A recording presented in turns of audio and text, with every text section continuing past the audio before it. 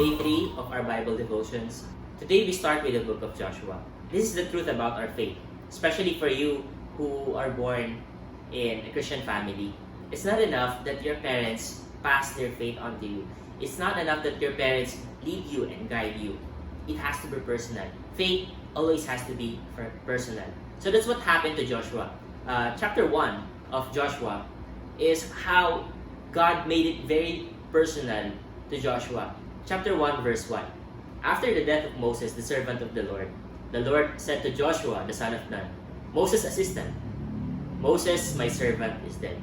Now therefore, arise, go over this Jordan, you and all these people, into the land that I am giving to them, to the people of Israel. Every place that the sole of your foot will tread upon, I have given to you, just as I promised to Moses.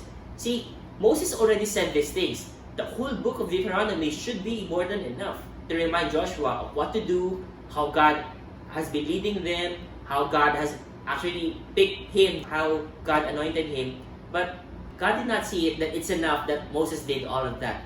He wanted to make it personal with Joshua. So he talked to him and he assured him and he said that Moses is gone now, it's your turn now, it's your role to do this, and I'm giving you my assurance that I have given this land to you as I promised Moses. Verse 4 of chapter 1. From the wilderness and this Lebanon as far as the great river, the river Euphrates, all the lands of the Hittites to the great sea toward the going down of the sun shall be your territory. No man shall be able to stand before you all the days of your life. What promise God is giving Joshua?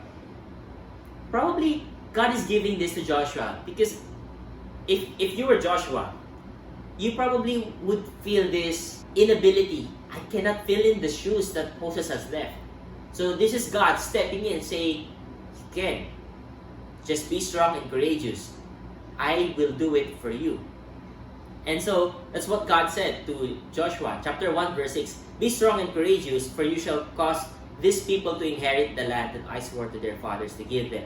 Only be strong and very courageous, being careful to do according to all the law that Moses my servant commanded you.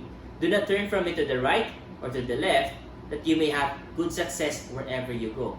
This book of the law shall not depart from your mouth, but you shall meditate on it day and night, so that you may be careful to do according to all that is written in it.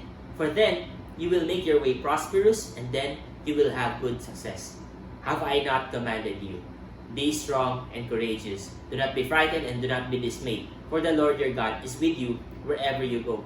God repeated it again and again to Joshua. It's like he's putting his hand to the back of Joshua, reminding him, just be strong, have strength, have courage. Don't worry, I am with you. I was with Moses, don't worry, I will be with you.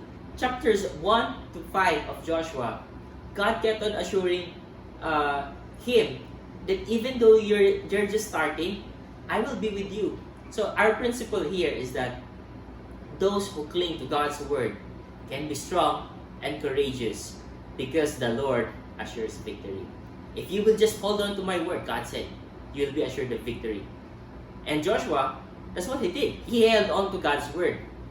And God did not fall short of giving Joshua the assurance.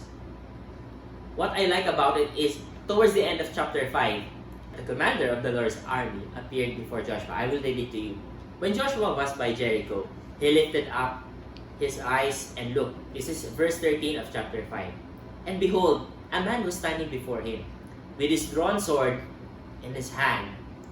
And Joshua went to him and said to him, Are you for us or for our adversaries? Now scholars, Bible scholars, they're saying that this angel that appeared before Joshua was not just an ordinary angel.